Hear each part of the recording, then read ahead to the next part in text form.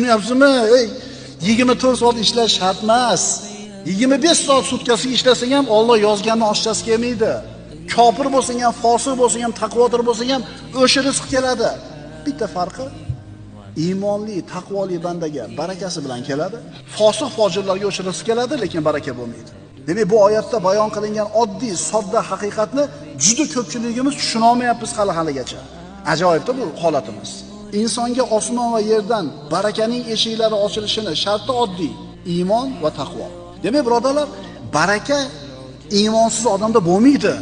Ha, onalarda puli ko'p, u kofir bo'loncha milliard dollar bor desa, bo'lishi mumkin. Chunki ana shunday katta miqdordagi pulni qo'lga kiritish uchun sababni zo'r qildi-da u. Ana shu katta pulni topishligini, shunaqa katta rizqini kelishligini sababini qildi. Alloh odil zot. Pulini ko'p qilib qo'ydi. Qo'lida dunyoning matohi katta bo'lishi mumkin. Chunki sababini zo'r qildi. Ammo bu kofirda